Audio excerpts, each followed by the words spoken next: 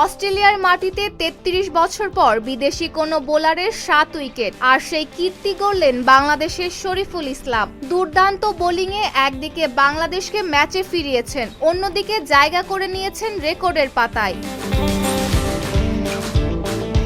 Mackay টেস্টে প্রথম ইনিংসে দুর্দান্ত বোলিং করেছেন ইনজুরি কাটিয়ে ফেরা শরীফুল ইসলাম। এক পর্যায়ে অস্ট্রেলিয়ার ব্যাটার ক্যামেরন গ্রিনকে দুর্দান্ত এক বলে আউট করেন শরীফুল।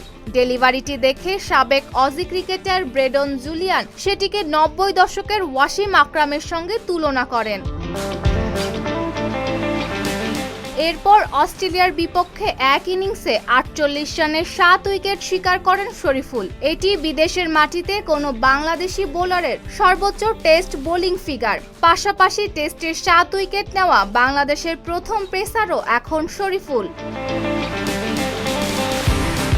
অস্ট্রেলিয়ার মাটিতে এর আগের সর্বশেষ কোনো বিদেশি বোলার এক ইনিংসে ৭ উইকেট নিয়েছিলেন ১৯৯৩ সালে। সেবার ওয়েস্ট ইন্ডিজের কিংবদন্তি কার্টলি অ্যামব্রোস এই কীর্তি গড়েছিলেন। ৩৩ বছর পর সেই তালিকায় নাম লেখালেন বাংলাদেশের বাঁহাতি pacer Shariful Islam.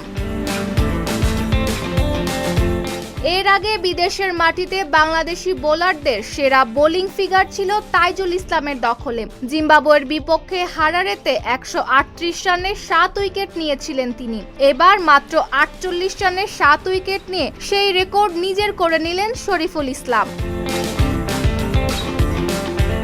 Desk report, Dhaka post.